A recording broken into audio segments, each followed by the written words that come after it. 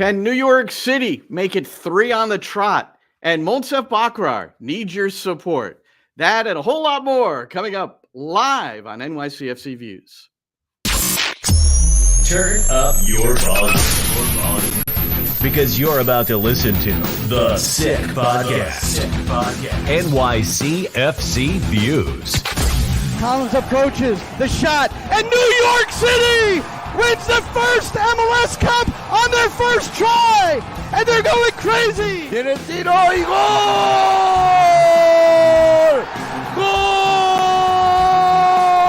New York City es el campeón de Major League Soccer. The sickest New York City FC podcast.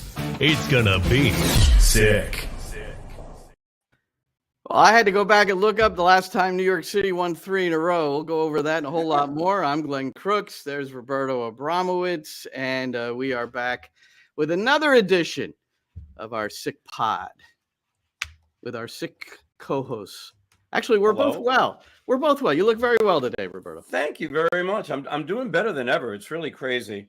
You know, I never knew that a heart attack was a good thing. And for me, it turned out to be, seriously. That's not a joke, because I've honestly probably haven't been this healthy in years. I mean, in a long, long time. I thought that I was, and, you know, that I was just getting old and stuff like that. And that's why I felt the way I felt. But no, it was because my heart wasn't getting any blood.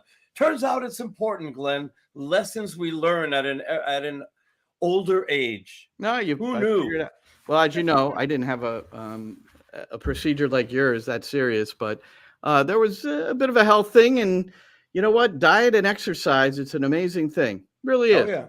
Really is. And you know, I think when you're younger, and I think probably most people watching this right now and who will watch it on a repeat are probably a lot younger than us. And, you know, you kind of take it for granted. Even when I, you know, first got my soccer coaching jobs and, you know, always just kicking it around with the team. I would never stretch. I would just, you know, just play. And then I got to a point where, okay, this is not going to work unless we're stretching a little bit. Well, look, you know, it's always more fun when the club you're covering is winning.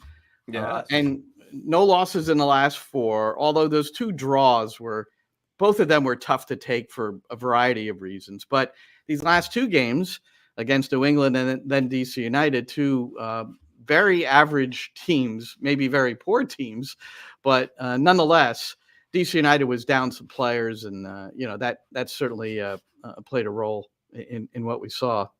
Of course. You know, it's last time 3 straight wins. All right, so they've got 2 in a row. Last time 3 straight wins, 2022, September the 17th through October the 23rd. The last 3 games of the regular season, and then the first 2 games of the playoffs.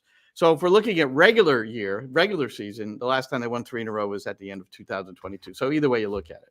Wow, that's a really long time. Yeah, like not once last year that they win 3 straight. That's so, you know, and you've heard my my entire pregame show with Nick, which I recorded and sent to you, where he spent some time on that. You know, there is something about if they win 3 in a row, it'll be lauded in that locker room. Let's put it that way. And it should be, especially if they wind up beating a team who they've never beaten. They've lost 4 out of 5 with 1 tie. But by the way, it's really curious because they've played them so many times. They've never played them in Yankee Stadium. So never. 3 of the losses happened in Charlotte. I think they had a tie in Red Bull Arena, and then they lost in Citi Field. They've never played Yankee Stadium. So welcome to the Bronx. No, they it was first match, August of 22, was at Red Bull Arena, a 3-1 loss. And then a loss at Bank of America later that year. Then a loss at Bank of America in 23, the first game there. Then Citi Field was the draw last year. And then the loss in the opener this year, our first game on the New York City FC network was February 24th at Bank of America Stadium. And it was not an auspicious debut to the season. But now they've got a chance. Things have changed. A lot of things have changed, I suppose. And although lineup-wise, I looked at both lineups. There aren't going to be dramatic changes in personnel, but maybe in the way the team's playing. You know? For sure. I mean, I think New York City is playing better, just in general.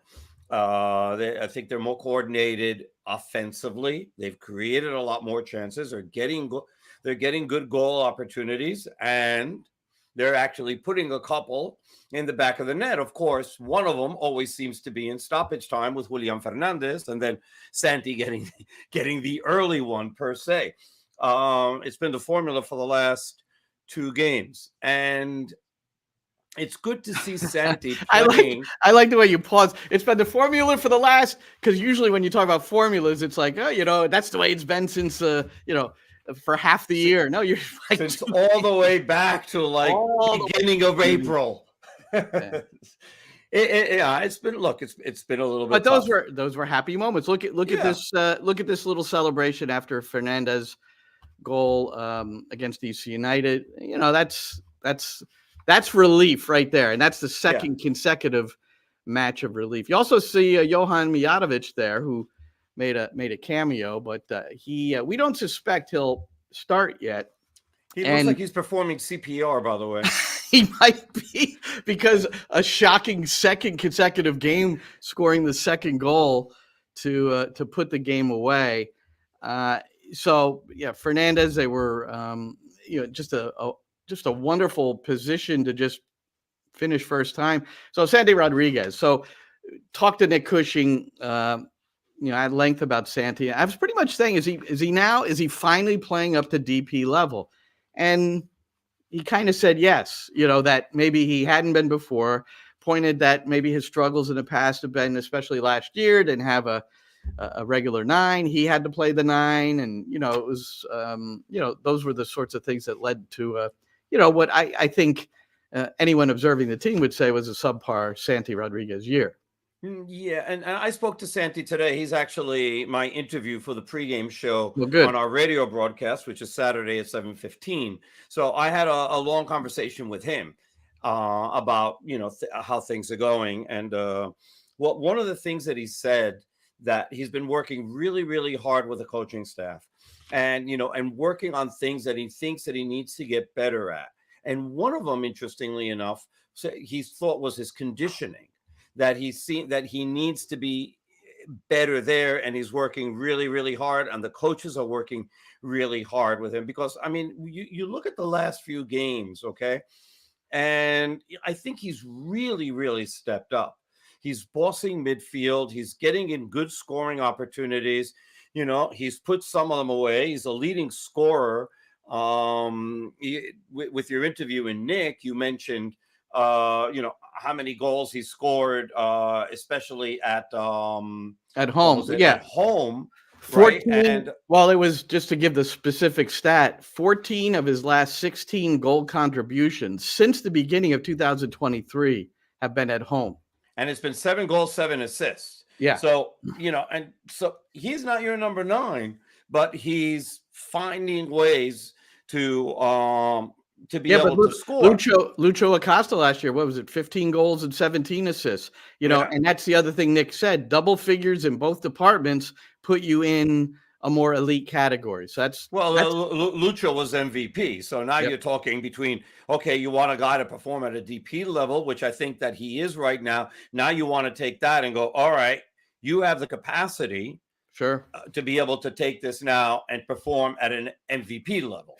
And if he continues to play like this, there's no reason for him not to be part of that conversation. And he's covering so much territory. He is working his butt off. The shifts he's put in the last 2 games have really been, beyond admirable. And he still gets knocked down. I thought, before we get to Bakrar and the 9th minute of this game coming up on the weekend, Santi Rodriguez went down twice in this game, and then went off the field and then came right back on. Now, this was the first weekend where they were using this new off-field treatment rule, which we talked about a little bit about last week, where if you are on the field for 15 seconds or more, and the training staff has to take you off, you have to stay off for 2 minutes.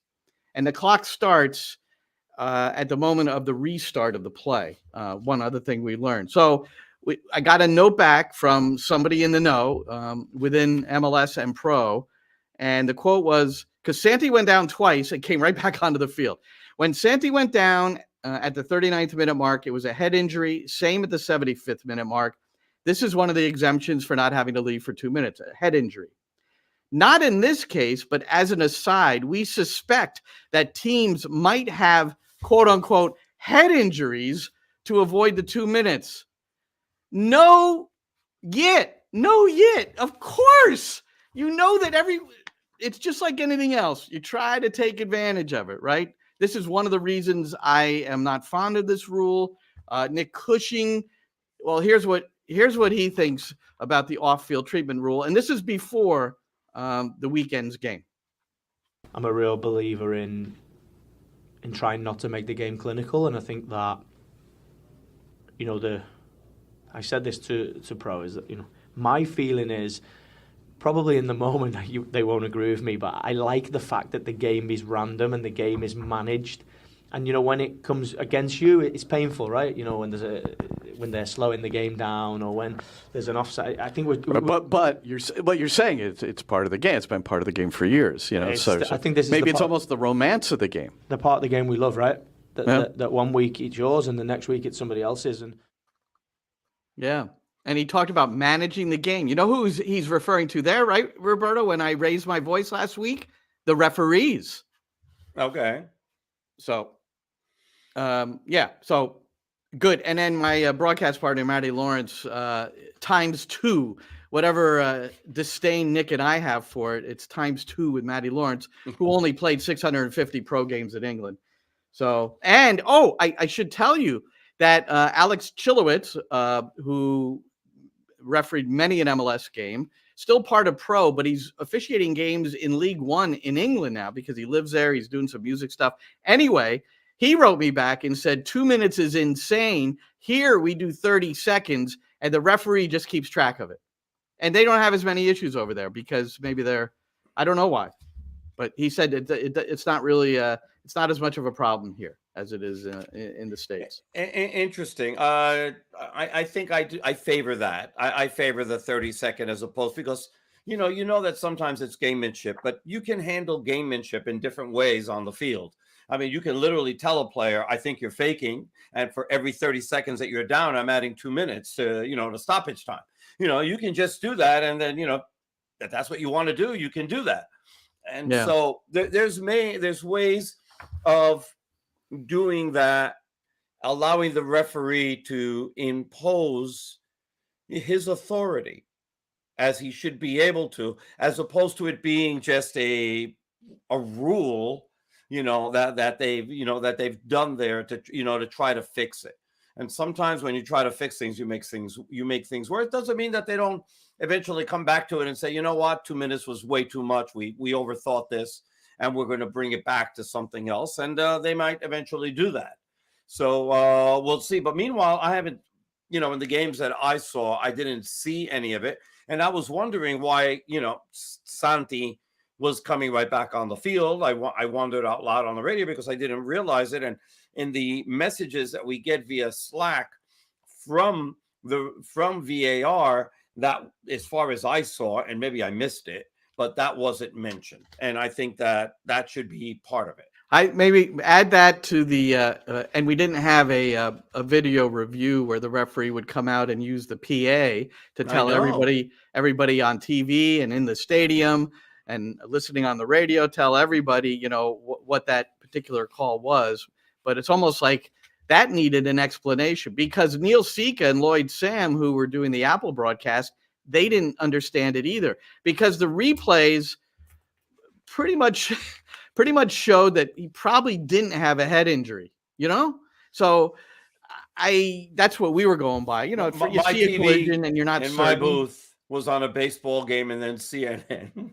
It was like for 10 minutes on our game, and they couldn't get. I don't know what the hell happened. They just couldn't. At least get it on a Rangers or a Knicks game if you're going to put it on at least. game. But I mean, I look up CNN and I'm like, no. Well, That's anyway, that's not a Yankee Stadium. I don't have that issue. but just remember the line. As an aside, we suspect that teams might have head injuries to avoid the 2 minutes. So, So if the guy goes limping off, right, with his and ankle grabbing his hanging head, at grabbing a his head and 95 limping. degree angle, and he's go, oh my head, but I can't put my foot down. It's kind of ridiculous, but it had some success in MLS Next Pro, and I want to talk to Matt Pilkington. I haven't talked to him yet, the New York City FC2 coach. I have a feeling I mentioned or asked him about it last year once it got going, and he wasn't particularly fond of it. But I don't want to quote him because I haven't talked to him this year. Right. So New York City back-to-back clean sheets, 2-0 both games, but their striker Mounsef Bakrar again shut out. And in this situation, Roberto, I mean, he's obviously had some chances that he should have finished. He's had that. But there's one which is the last play before he got taken out, that it's a wide open net and he slides towards the ball and somehow he sends it wide. It's crazy. Well, no, that's what I was leading to, is like there was nothing like that one. That is the proverbial sitter. Yeah. Keaton Parks. No, who squared on the ball? I'm trying to. Was it Hannes Wolf or Keaton Park? I think it was Parks. Squared him, and I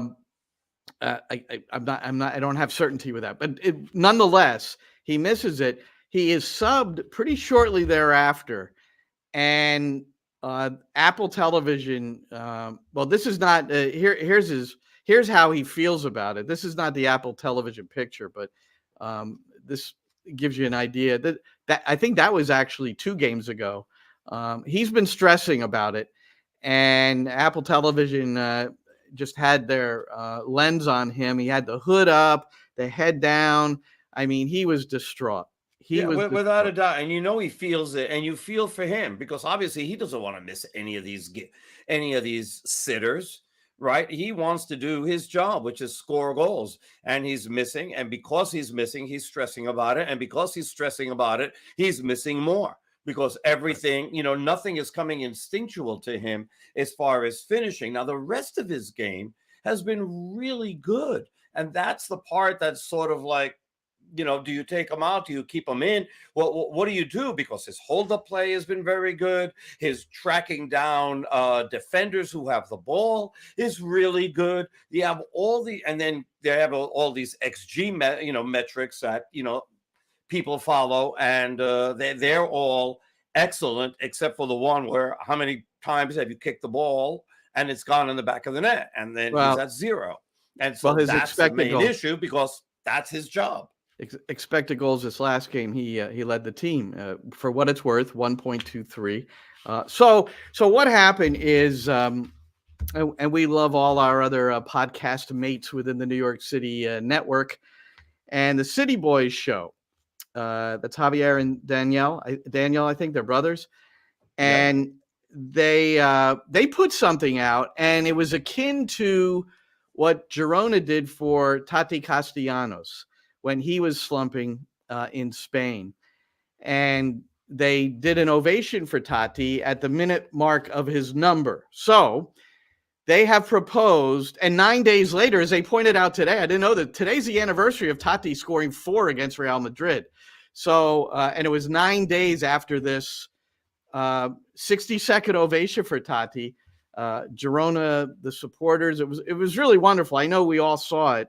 So the City Boys show is proposing that in the 9th minute at Yankee Stadium against Charlotte, that the supporters stand and clap for 60 seconds Mounsef Bakrar. So I asked Nick Cushing today if he had heard about that. Bakrar, I don't know if you've heard this or read this. I think it's a great idea. The City Boys show, one of your New York City Football Club podcasts, has suggested that in the 9th minute that the supporters at Yankee Stadium give Mounsef Bakrar a standing ovation. Everybody knows the suffering that this young man has had, and the Apple Television cameras actually, they focused on him after he was subbed off and had missed that. You'd have to call it a sitter. So it seems like it's getting to him, but that's the kind of support I think an athlete could use, right? I totally agree. I think one of the best parts of the Mounsef Mounsef gate, we'll call it, because everyone's talking about it, is, you know, when he scored the goal, when he missed the chance, the reaction from the team, from Bert Reese, from Mitja Ilnic, from Kevin O'Toole, from Thiago Martins, from Santi Rodriguez, the reaction from the team to show the support and the togetherness in that moment, I think it means more to me than anything this team has achieved, because it tells me that everything that I've been saying in the press and everything that I believe is the reality. This team is together. This team is supporting each other. This team is going to suffer together, and it's going to achieve together. And when he scores, which I believe will be this week, I'm sure the team will celebrate together. And, you know, I think it's team, fans, support staff, individuals. I think it's a great idea from the fans. I think our fans are super special anyway. So it doesn't surprise me that they are right behind Mounsef. And, you know, we'll celebrate together when he scores, and we'll stay together when he doesn't. So if they do it, I'll clap with them for sure. All right. Attaboy, That's cool. Nick. So, and the number 9 is Mounsef Bakrar, hence the 9th minute. And so let's just keep pushing it out there, Roberto, and see what happens. And then that would be wonderful, I think. I think that would be a great thing to do, and good job, City Boys, for suggesting that. That's really cool. What interests me about this, okay, and sort of like a little bit of a sociological study between soccer fans and the rest of the fans. Do you remember Ed Whitson? Yeah, I remember he couldn't throw a strike, right? Yeah, and they basically ran him out of town. New York City, okay, is a tough town on athletes if you don't perform. It's brutal on athletes if you don't perform. If you do perform, right, and we see this especially, I mean, everybody is falling in love with Jalen Brunson. Everybody's falling in love with Josh Hart because of the way that these guys just go and do their job. Isaiah Hartenstein. I mean, it's a love affair at Madison Square Garden. But every single game. Latrell Sprewell even came back. Well, Latrell's been coming back for a while, but yeah. I mean, and on the Rangers side, you see it with Panarin, and you see it with Shesterkin. Even with Shesterkin was having like a really bad January where he was literally the worst goalie in the NHL by every measurable statistic. He was the worst, and then by February, he was back being the best again. And so, and the Rangers, obviously, you know, like any NHL team, need their goalies to do this, right? But when guys don't play well, okay, in New York City, the fans kill them. I mean, and they're merciless against Aaron Judge. How about Aaron Judge? I mean, they're killing him. And I mean, Kristaps Porzingis. Look what they were doing about Porzingis before he finally wound up getting traded. When he came back, and how they mercilessly booed him. Anyway, point I'm trying to make is that New York City fans are different. It's just a different breed. And so if it was like the rest of New York, I mean, they probably would have booed Bakrar out of the stadium. And yet these fans have come together, and it's not only because the City Boys have suggested this. If you went on social media and you looked at the reaction of how the fans are reacting to Bakrar's misses and Bakrar's play, it's been, for the most part, extremely supportive of him. Let's get him going. And there have been quite a few people that are saying, like, you know, it's a mistake, get him out of here, you know, the whole thing. You know, if he doesn't do this, you got to sit him. And which is a normal, natural reaction from a fan base. But for the majority, it seems, at least for what I've seen, to be reacting in such a positive manner, like, hey, we need to support him. We need to bring him up because this is a good thing. And you have community around this, and people are rallying around this. I mean, that's just fantastic. It speaks volumes of the New York City supporters and fans. It really does. And I applaud them. I think it's fantastic. It's going to be great to be at Yankee Stadium. And that will be 7:40 at 7:49 at 7:49 Eastern time, and see the reaction and how many people of the around 20,000 that are going to be at Yankee Stadium get the message and follow through on this. Yeah, got to put it out. The club should put it out. You know, Club's not going to put it out. That's not going to be them. It's going to be the fans, and it's got to be the supporters.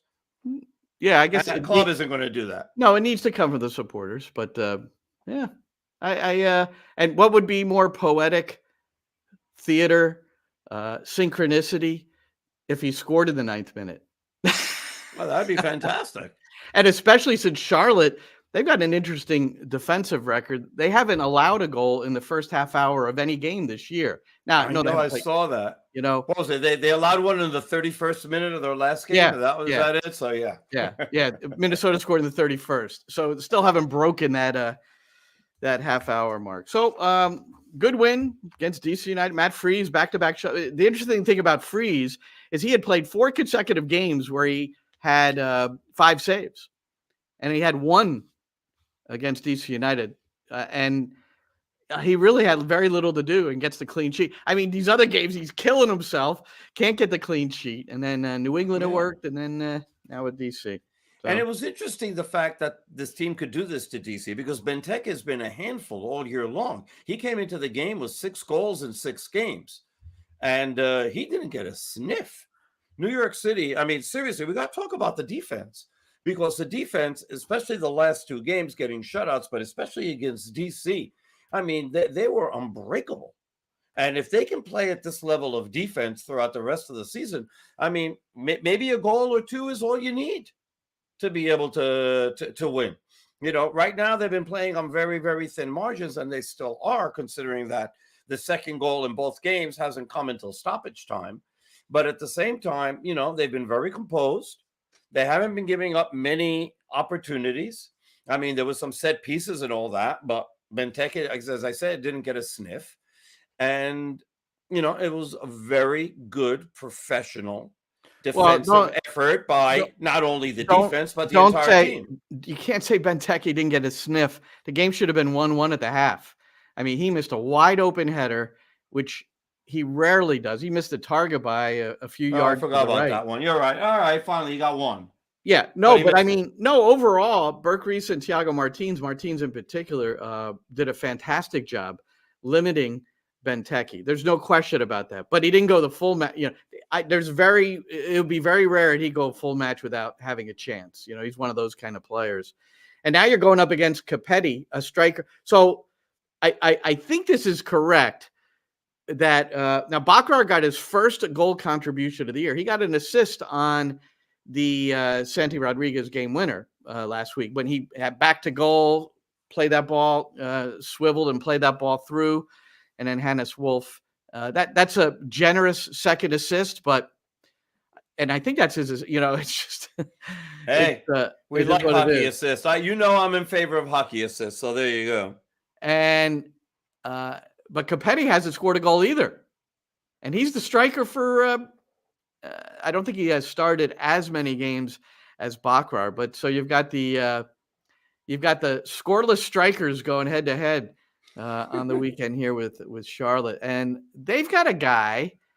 Well, and the other thing that it looks like with them, just to complete this thought of Charlotte and New York City FC, is Malanda, who scored the goal, the game-winning goal against New York City in Charlotte, off a set piece. Remember that?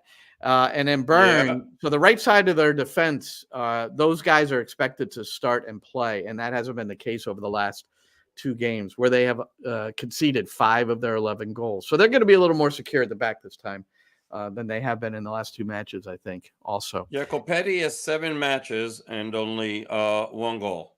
Oh, he's got 1 goal. He started 5. I'm sorry, he has one assist. 1 assist. Oh, okay. I meant to say. He's played 420 minutes. And then Bakrar is at what? 5, 6, what? 6 something on the minute side without a goal. I haven't done the the math yet for my notes. I've got it until Friday. I've got it here. Hold on. 666 minutes. 3 sixes. That's this season. Oh yeah, right. It's 666 this season, right? Yeah. And then you add it. Then when you want to start adding into the last of what he did last year, because he hasn't scored since September of last year. So it's 12 games in a row now without a goal. All right. Well, we'll have all that ready for the intro, then the 9th minute, the ovation, and the goal during the 9th minute to break the streak. How about that, man? That'd be fantastic. I mean, he's a really good guy. Yeah. I mean, everybody seems to really like him. He always has a smile, at least until things start going awry on the field, and then that smile gets wiped away. And you feel for him. I mean, and the fans feel for him. And I think that's actually pretty cool. It is cool. It is cool. Hey, a couple of other MLS things before we kick it around. Maxime Chanot got the start for LAFC. And did you see who his center back mate was? Aaron Long. There you go. How great is that? So Chanot and Long the Hudson River Derby, next to each other. And they were playing Red Bull New York, and it was 2-2 was the final at LAFC. Who are going they got a goal late, right? LAFC got a goal late. Yeah. Buanga had both of them. And then he'll soon be paired up with Olivier Giroud. How about that? Yeah, that's crazy. And Maxime Chanot will probably be the one to help guide him, since they both speak French. I don't know how much English Giroud speaks. I haven't heard many interviews with him, so I'm sure he does. He's played in enough places, right, for Arsenal. So I'm sure that he's got to speak some sort of English. I also so Vancouver won at Seattle. Seattle has 1 win in 8 matches. You know, and I mean that's like very unusual. And Vancouver, second best road team in MLS since last June. Only FC Cincinnati have eclipsed them, and they'll be at Red Bull Arena in Harrison. So we're at Yankee Stadium. That game's going on at RBA. Now, Colorado is the next team that New York City will play, Roberto, after Charlotte. And they're entering a game coming up at FC Cincinnati, 4 games without a loss. They were actually in a pretty good way. And then they come to Citi Field and play New York City. What else did Brad Stuver got the shutout. Austin with a really important win at Houston. Let's see. Busquets gets his first goal with Inter Miami. I thought that was significant. 3-1. They beat Nashville. And also Messi's still playing out of his skull. He's ridiculous. Well, he had 2 goals. He had only 2 in that game. So. New England lost to Toronto. New England's the other team, 1 win. And they host Inter Miami.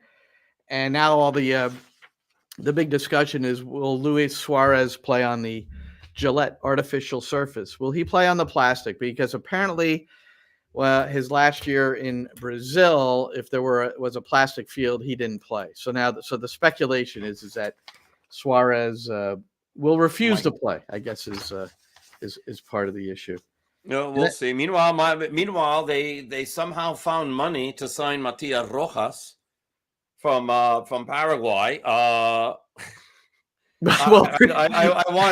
don't know. I mean, Chris Henderson has got to be like the most fabulous money manager in MLS to be able to pull off all the stuff that he's doing. I mean, obviously the league is saying, go ahead and do this, and it's within your limits, whatever it is. Well, great for them. I mean, well, remember pulling it off. Remember the anonymous sports or sporting executive in MLS. The Athletic did that survey. Part of it was, Miami's ability to sign all these players, and again, anonymous just said, the mathematics skills are off the charts, and I'm sure tongue was firmly planted in cheek. So, I mean, he may have some sort of reason to be able to say that, knowing the inside of the league. I don't. So, I mean, because I honestly don't know if, the things are on the up and up or they're not. I'm believing that they are. So we'll see. I mean, bad news for Inter Miami that they lost Diego Gomez, what seems to be a serious injury. But now they bring in the 28-year-old. So we'll see what Matias Rojas can wind up doing. All right, Roberto, let's kick it around, man. Do it.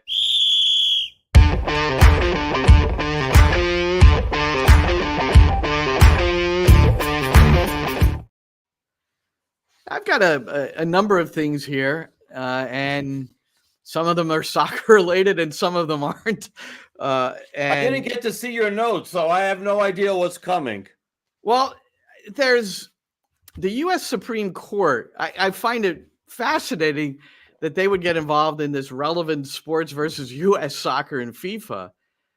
But so Relevant's lawsuit can continue to move forward. And this is a Supreme Court ruling, which means that the future of foreign matches brought to the United States is very real. And I'm going to read a quote from Javier Tebas, who is the president of La Liga.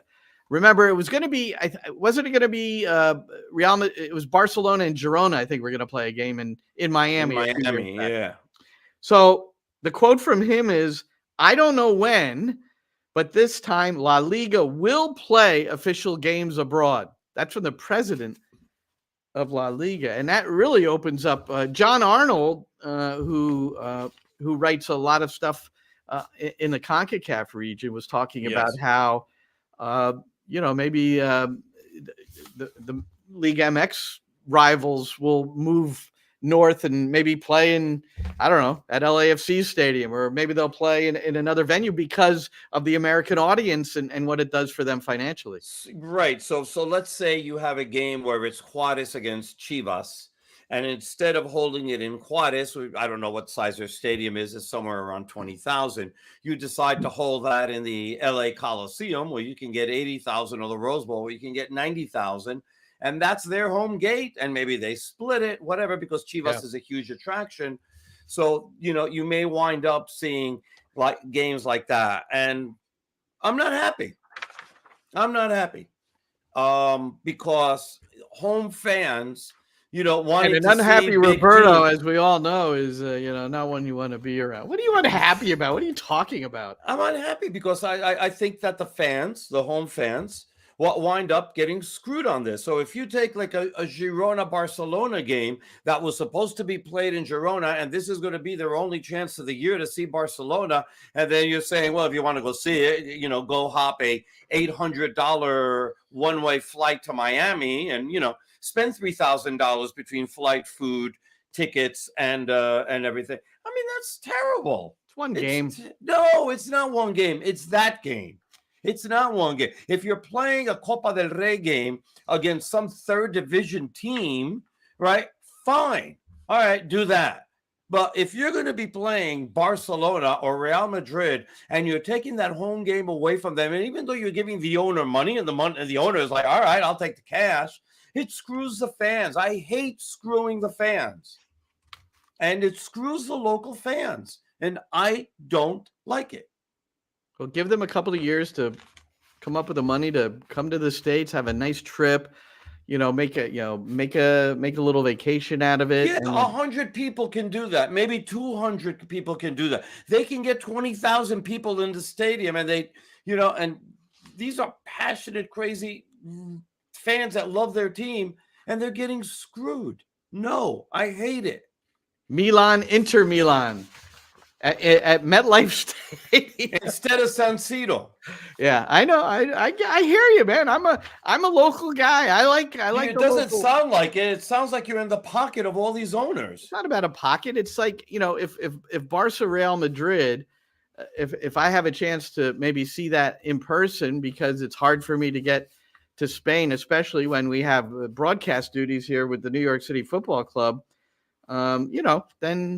Then I get my chance. But I hear what you're saying. I mean, obviously for the fans that are here, it's great that they're going to get a chance to watch those teams at ridiculous prices. By the way, prices are going to be through the roof. Yeah, no, that's the bad. That's bad. Yeah. That's not good. Yeah. So how about this? So on the Champions League side for the women, Chelsea beat Barcelona 1-0, which that's a huge win. Ever watched the Barca women? Really Have good. You watched the Barca women play? I mean, I haven't, but I've heard about them. They're legendary. They're like the Harlem Globetrotters. Everyone should watch them play. I mean, it's like Pep's team in 2010. It's really quite remarkable. But they got 36,000 at Olympic Stadium. Wow. And Lyon then beat PSG 3-2. And 38,000 plus in attendance for that game. So it's pretty interesting to see the attendance figures just continue to soar on the women's side of the game. And we hope that continues to happen here in the United States with NWSL. I mean, obviously you have teams like Angel City that sells out. What is it? It used to be Bank of California. Now it's BMO Stadium. BMO Stadium. And so they sell that out regularly. That's wonderful. I know that Gotham FC had their best, one of their best opening days ever, close to 15,000. I mean, that's great to see. And it was a really good crowd. I mean, the crowd was nice and loud, and the whole lower bowl was pretty much full. So you want to see more people. And TV ratings have been very good for some of these games. They've been getting like close to over 400,000 people watching games on CBS that they've been putting on. That's great. So, you hope that we're going to start seeing, I think it's going to become now where TV is going to push the gate and gate is going to push TV, and you're going to start seeing both those numbers continue to climb. And I'm all for it. I'm all here for it. I just want to see the NWSL kill it and, have full stadiums everywhere they play. Well, you're going to have to start rooting for the U.S. Super League as well. So there are going to be two Division I professional leagues on the women's side. On the men's side, it's just MLS, and then the second tier downward. And I find that pretty interesting. That my sense is that there are not enough players that can put out a professional product. But where I'm being maybe strayed in the wrong way is that this USL Super League, they must have some cash. They're getting some good coaches for their teams, and they're paying a lot of money. That's what I heard. And they're going to pay a lot of money to bring players in from wherever they need to play, bring them in from, in order to have a good product. So it's this is Amanda Vandervoort's league. Yeah. I was going to So- say, this is starting to become an AFL, NFL, Could be. NHL, WHA, NBA, ABA. And this is what I've always said, by the way. This is what I've always said to the pro-rel people, okay, about MLS. They're saying, well, MLS needs to have promotion and relegation, which I don't agree with, okay? And they've always said, well, we got to open up the league. And the league, you don't have to open up the league. What you need to do is start your own league. Instead of trying to tell MLS what they should do, compete with them. Make a better league than MLS, and then force MLS to come to you and beg to be part of your league and to merge. Do that. Instead of always yelling about what MLS should do, MLS is not listening to you, and I understand why they're not listening to you. And as much as pro-rel in the rest of the world is fantastic. I just don't want it for MLS because I understand the investment that the owners have made, and they're not going to allow the Charlotte Battery to come in, and win a USL or Charleston Battery, whatever, Charleston Battery, right? Come in and win a title in their league and then advance to MLS without having to pay, when everybody else had to pay anywhere between $100 million and $500 million and even more. I mean, it's not fair to that ownership group, to all those owners. So I understand why MLS doesn't do it. But if you really want to compete and you really want to have pro-rel in the U.S., fine. Start your own league. Get your own deep pocket owners. Let them start their own league. Get whatever the requirements are from U.S. Soccer. So, okay, you have to have these sort of stadiums and these sort of players and blah, blah, blah, blah, whatever it is, and do it. Actually do a hell of a lot more than that. So then, they can't come to you and say, oh, well, MLS is pushing U.S. Soccer not to do it. Go do that. Have your own league, okay? And then have pro-rel within that league and go and do it and force MLS to come to you. Well, that ain't happening, dude. Well, So but that's what they should do, because that's what the AFL did. That's what the ABA did. And that's what the WHA did. Okay. And it wasn't a situation where every team got in. right, it does In only the 13. AFL, most of them got in, right? Yeah. Or all of them, I think. In the NBA, you only had like 4. And in WHA, I forget if it was 4 or 6. It's been a while. Yeah. So, go do that. Go do that. Well, you have the USL Championship, League One, and then League Two is I guess you would call that semi-professional. But they have had serious conversations. I don't think they're close to be in a fruition stage, but to have pro-rel in the USL Championship and League One. And you see what some of these League One teams do. You get a chance to see them in the I was going to say FA Cup, the US Open Cup, and it's like Union Omaha with my good friend Dominic Casiato. I watch this team play, and it's like, I'm telling you, they're going to give New England a very good game. It's like, so there are clubs that are worthy. You mentioned the Charleston Battery. I mean, they'd come in and they would batter some of these lower level MLS teams, in my opinion. And what they lack, of course, is depth because they don't have the kind of cash outlay to bring in players. Well, which is the issue, by the way, that MLS teams have against Sure. Liga MX team, Yeah. right? I mean, 11 towards 11, 11 versus 11, you're for the better MLS teams can compete and hold their own with Liga MX teams. And then when you go to the bench and they can bring in 5 DPs and you're not, it makes a difference. Now, there might be folks in our audience who are either planning to go and play college soccer or parents of children who are thinking about college soccer. And so I was in the midst of college soccer for a long, long time in my life. But as my wife would say, I got out in time because I didn't have a transfer portal to deal with, and I didn't have name, image, and likeness to deal with. Although they're both, in their own way, can be healthy, but they can also be detrimental. But a recent ruling, and this is really interesting, Roberto, because before this, the schools could not be involved pretty much at all directly to help their student athletes get NIL cash. Well, now they can. Good. Based on a ruling that came out just this last week. And then, so couple that with, so schools are going to now, there's, I'm not going to go into all the particulars, but schools can now help. Good. And where they couldn't before.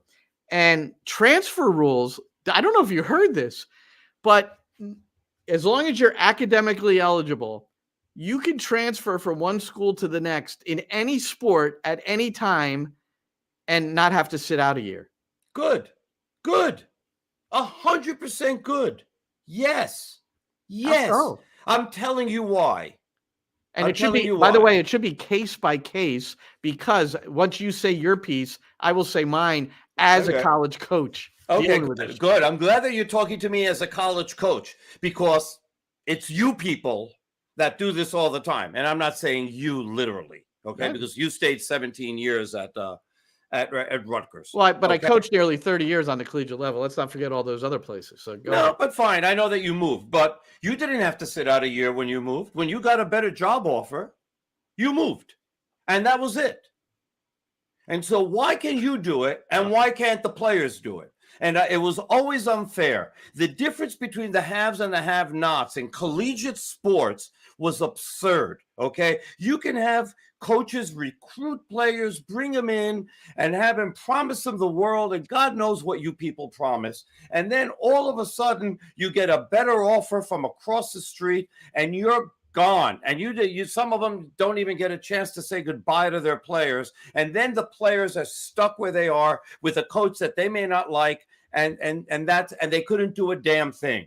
Let the players move just like the coaches move. And if you want to restrict the players, you restrict the coaches. If you want to change jobs, you want to go from Rutgers to Syracuse, and you get a great job offer, sit out a year like you're making players sit out. It's bullshit. Serious bullshit that they were doing this. Good for the players. It's about time. Yeah. And sorry for my French.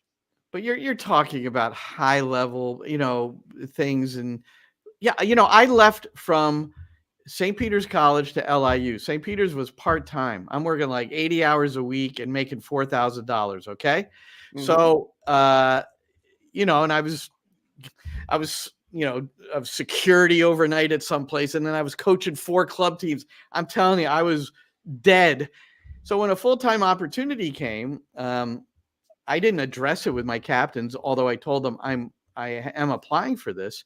But they were happy for me because they understood I had a young family. Good. Now I've got a full-time job. When I left LIU, I'm with you, by the way, on that. I'm 100% with you. I'm not saying that you shouldn't be stopped. I'm saying that you should have the right to go, but so should the players. You're fine changing jobs. No, but the players should be able to change their university. The difference there. So the difference there, Roberto, there's a big difference. Okay, first of all, coaches aren't moving. Coaches aren't going to 4 different universities in 4 years, and that's already happened and is going to continue to happen at a more alarming rate. One of the players, who was the back, I'm forgetting his name because I'm already on to Charlotte. Who was the back for DC United? Their left central defender. The guy who played up the middle a little bit. Number 3, Burke. Oh gosh, I can't believe Burrell. No, it's not Burrell. That's Hold on, let me see if I can. Anyway, he's got 3 alma maters, and this is before the transfer rule, where you don't have to sit out. Who knows how many years that dude went to school? But Bartlett. Yeah, that's it, Bartlett. Lucas Bartlett, pretty good 26 player. years old. But he went to 3 universities. So when I saw that, I was thinking, oh, and this rule had just been voted on and approved by the NCAA. So, I mean, you'll have cases where kids will go to 4 schools in 4 years. Kids who are not, many of whom are not going to turn pro. Mm-hmm. They're going to just, they're going to be in the workforce, in some other capacity. Yet, because where's the resiliency in all that? With my leaving one job for another is not about resiliency. It's about it's my life, it's my career, and if I'm advancing my career and also making some money so I can support a family. People are leaving schools not for financial reasons. They're leaving. Well, they are with the NIL now, but one of the guy, what's his name, Cam Spencer at UConn that won the national championship, a good player. $150,000 NIL. That's why he left Rutgers for UConn. It's the only reason he left. Whatever else you hear, I would do that in a heartbeat. Well, yeah. So there you go. I'll do it in a heartbeat. How about that? So he left for the money. But under the old rules, you couldn't transfer. You had to sit out a year, and you weren't going to make the money anyway. So So let's go through this a little bit. Okay, how many? I don't even know if you know the answer to this. I don't. But how many college soccer programs are there in Division I? Let's forget about the other divisions. Just Division I. On the men's side, there's about 200. On the women's side, there's like 350. Okay, something like that. And there's what, 20 to 30 players per team? Sure. Okay, if you multiply that, and that's Division I. Huh? Yeah. I mean, now we're talking about thousands and thousands and thousands of people. How many people are doing I'm changing teams and I'm going to play 4 years in 4 different colleges? It's like almost none. I mean, it's going to happen, but it's not the way, that it's going. It's not the way it's going forward for everybody or a majority or even a small minority. But it's the reason I want to focus on the reason. So if it's not 4 in 4 years, it's 3 in 4 years, it's 2 in 4 years. It's the reason. But what are acceptable reasons? What are not acceptable reasons? They're leaving almost exclusively for the reason that they don't feel like they're playing enough. And I wonder, and they're leaving like after their freshman year or after their sophomore year. I mean, where's the resiliency? I remember I had a captain who, when she first came to Rutgers, I think she played 1 game her first year. Second year, not a regular. Came in as a reserve, stuck it out. Wasn't happy with me, but just continued to stick it out. So what was she? A regular her 3rd year, captain, and a regular her 4th year, because she was tough, man. She earned it. And before that, I didn't see it, and then we just kept, here's what you do. Here's what you got to do. And that person is very successful to this day. And I'm not saying somebody who transfers 4 times won't be successful, but I think the likelihood is less than the person who has resiliency, fights through it, has parents that say, no, we chose that coach because we trusted him or her. So you're staying and get through it. And by the way, nobody stops somebody from staying, right? So, and look, you and I understand through sports that sometimes the biggest teacher that you have is not succeeding, right? That's the biggest. That's the biggest teacher. It's a huge talking point in the coaching world. And it's different for everybody, right? It's different for everybody. So you have an example, and a very good example, of somebody who, instead of quitting, stuck it out, made improvements, became a better player, and then became a starter, and then became a captain. Okay, and that's great. There are many reasons why players can either get themselves better and do that. And there are also probably just as many reasons as that a coach can see somebody and just simply not value them. And no matter what they do, they're going to wind up being stuck because the coach doesn't think that they have what it takes to get better, or doesn't see the quality that the person has. And until they switch a position, right, or until they switch a situation and they're with a coach that understands them and sees the value in them, and then they're able to progress. And so none of these cases are alike. And yes, like which is anything why they else- should be taken No, but case see- by case. This Well, yes, blanket and I looking- agree with that, but you can't make a rule to stop it all. You can't make a rule to stop it all just because of the people that might game the system. You can't do that, because you're going to wind up, because of what a minority does, you wind up affecting the majority in a negative way. I can't wait for somebody to do the study. Somebody's got to do this. I'm not going to do it. No. I'd be interested in the results, but somebody's got to do a study where they prior to the new transfer laws, where you can just go and play right away.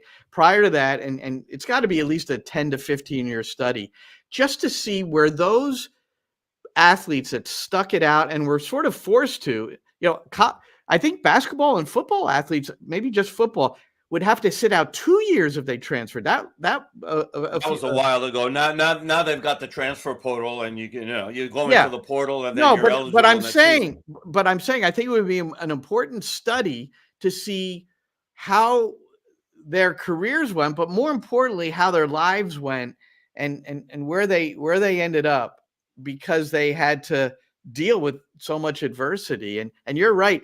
There's constant conversation now in the coaching world and in coaching education and schools, where you talk about the importance of failure. Failing is But important. look at somebody like Joe Burrow, who wasn't going to get a chance at Ohio State. He goes to LSU, and he just blows up at LSU, wins the Heisman, and he's one of the best quarterbacks in the NFL. If he stuck it out, he wasn't going to get that chance. Well, that's why and I'm not saying that some transfers are the right thing to do. Are not the right. I don't want to suggest that transferring is evil in every case, because it's not. It's not at all.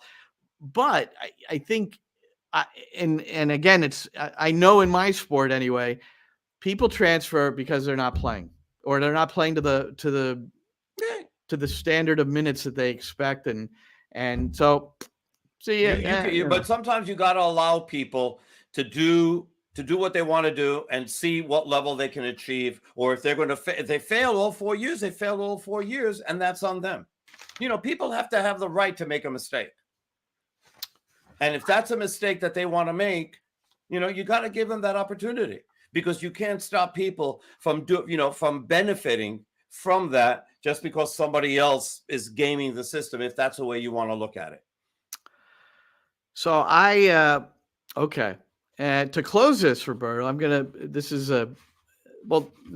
pretty non-soccerish, but I think in New Jersey, I don't know how it is in New York, but in New Jersey, we have this law where if you go to the grocery store, you used to just have these plastic bags, you throw all your groceries in there and then you leave. Well, you can't do that. There's no plastic bags anymore. You have to bring your own paper bag and fill it up. Or other bags. Yeah, whatever you're going to do. And I was just reading a story that talked about this stringent ban that we have in Jersey has led to a reduction of over 5.5 billion plastic bags annually. Yes. I think that's since 2019. And it's really remarkable, and it's because plastic is so detrimental to the environment. And what MLS does once a year with the ocean plastic, and then making the uniforms, although the white ones we can't see the numbers, so we're not particularly fond of that. Last year was not bad. Last year we could finally see them. Yeah, but white on white doesn't work. But it's but the intent of the awareness is often part of this, and so I'm throwing this out for awareness. So if you can eliminate plastic bags, at least part of them from your life, it's a good thing. So in New York, like the major supermarkets, Target, and whatever Associated and A&P, if they're still around, I don't know. We don't have one in my neighborhood. But yeah, you're not allowed to put anything in plastic bags. It's either paper bags or they sell you a knitted what is Yeah. it? You know, some sort of like Sure. a bag, right? Yeah, like it's almost like a little backpack thing. Yeah, they sell it either for 10 or 35 cents or whatever it is. And yeah, so that's what we use. I've got like a pile like this, and then I wind up donating them out to people who could really use them into schools and things like that, because they need those sort of bags. And so I wind up doing that because sometimes I'll go to the supermarket to buy 2 things and I forgot to bring a bag, so now I gotta go spend another 35 cents. Oh, we've all done that to get a bag. So it took a while to get in the habit. So now we're pretty good. And I'm thrilled. I'm thrilled because all of those bags wound up in the ocean, and they wind up killing so much.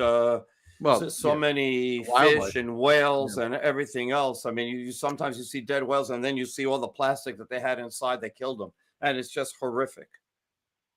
Let's be good to our environment, please. Yeah, that was one of those. I get this thing in my inbox every morning. It's called Nice News. So that was in my Nice News report. That's really cool. I mean, that's really great to know that it's been making a difference, because I remember seeing John Oliver talking about recycling. Now, in my apartment complex, we separate paper, metal, glass, and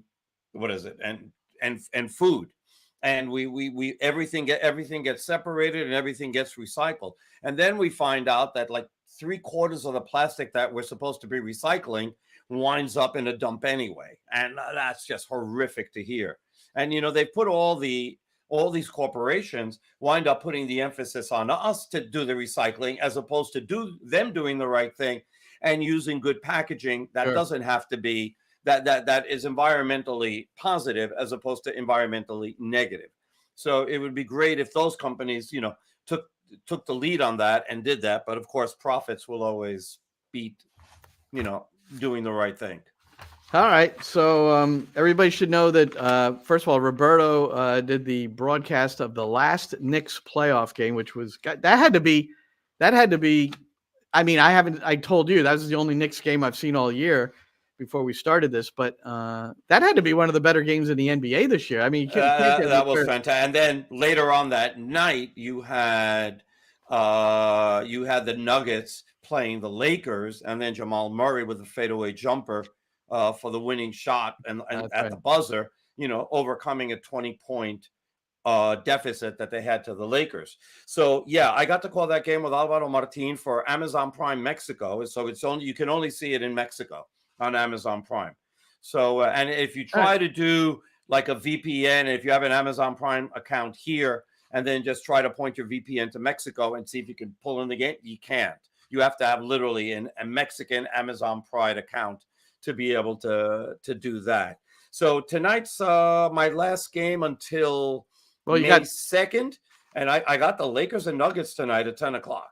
That's cool. That's going to be game 3, and I'll get to watch the Knicks before. Well, that's right. I mean, that. Yeah, no, well, that's good. That's good to hear. I'm sorry you're not on the Knicks broadcast, but it's the Knicks in Philadelphia, which I think is going to be pretty interesting. I'm going to try to tune in again, and then we got the Rangers. By the way, Mike Breen, and Clyde Frazier on the call on MSG, and then the game would be on TNT as well. And by the way, the best television show in America inside the NBA, which is before the games, halftime, and then post game on TNT. That's I don't know. I think on television, anything. I think NYCFC Preview Live, myself and Matty Lawrence, 6:45 before every game. To be honest with you, I think that's the top. I'm sorry. Do you have Charles Barkley on that by any chance? Is there Ernie Johnson on that? I don't know. I put a bunch of things on that. I have not had Ernie Johnson or Charles Barkley, but Knicks and Rangers. So let's just say, as supporters of New York City Football Club, and they're in a good way. Can they make it 3 in a row? You got the Knicks and Rangers. Islanders. I don't know. Are they part of New York, or what's the deal? I don't care. I'm not an Islander fan. I think when you're at I still remember Dennis Potvin breaking Ulf Nielsen's leg in the playoffs, and no, they had some good teams. I just remember Mike Bossy and who was the other guy? The Frenchman, LaFontaine. What is that? Was LaFontaine, yeah. And I don't think he was a Frenchman. They had a lot of very good players. Yeah. Clark Gillies. Who am I? I'm missing their center, who was very good in that time. Well, but yeah, no. all right. Well, we've It's got the Islanders. No. Roberto and Ariel at 6 o'clock with their preview live stream. Maddie and me at 6:45. Same. And then 7:15 Eastern. We'll have the pregame show prior to our live commentary. Kickoff at 7:40. And I guess we should close by saying, once again, we are supporting the 9th-minute standing ovation for Mounsef Bakrar, which was initiated, the thought of it initiated by the City Boys show. So Are you trying to get an invite on the show? Is that what you're trying to do? I mean, you've mentioned them like 5 different times. Are they getting a cut? What's the deal here? I don't get a cut, and I think that it's their idea, so they should be credited because it was their idea. If it was your idea, I would credit you, Roberto. You didn't think of it. You didn't come up with it. But Roberto, when you see this reposted on Twitter and wherever, Instagram, there's a little phrase, and Roberto is the one who always does the headline because he's our personal headline writer. So there you go. All right. For Roberto Abramowitz, I'm Glenn Crooks. Great to have you with us. Thanks for joining us on NYCFC Views. And that's a wrap. Hope you don't miss us too much until next time. Follow the Sick Podcast NYCFC Views on YouTube, Instagram, Facebook, Google Play, and Apple Podcasts.